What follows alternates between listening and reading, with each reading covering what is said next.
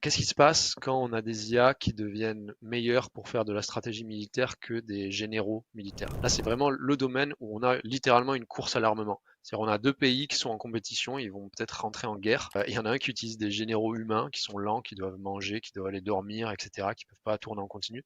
Et il y en a un autre qui utilise des IA qui peuvent tourner 24 heures sur 24, 50 fois plus rapidement qu'un humain, qui peuvent prendre en compte beaucoup plus d'informations sur le champ de bataille, qui comprennent vraiment tout de façon holistique plutôt que réductionniste comme des humains. Ce pays-là va avoir un avantage militaire absolument écrasant sur l'autre. Et du coup, ça crée vraiment une dynamique de course à l'armement où on va avoir tendance à déléguer de plus en plus des décisions stratégiques à des IA. Et la finalité de ça, c'est vraiment on se retrouve avec des IA qui contrôlent tout le champ de bataille et qui contrôlent tous les systèmes d'armement. Et à un moment, on commence à se poser la question, les armes nucléaires, est-ce qu'on devrait les laisser entre les mains de ce système ou non? Et là encore, il y a la course à l'armement, donc si on commence à se dire, mais le pays en face, on a des raisons de penser qu'il a déjà donné accès à ces armes nucléaires à des IA, on devrait aussi le faire nous-mêmes. C'est assez facile d'imaginer comment ça finit très mal, ce genre de situation. On se retrouve avec des systèmes extrêmement rapides qui prennent des décisions qu'on ne comprend pas et on a des gros risques d'escalation de conflits. Avec ça, c'est le scénario qui est le plus inquiétant quand on parle du militaire avec les IA.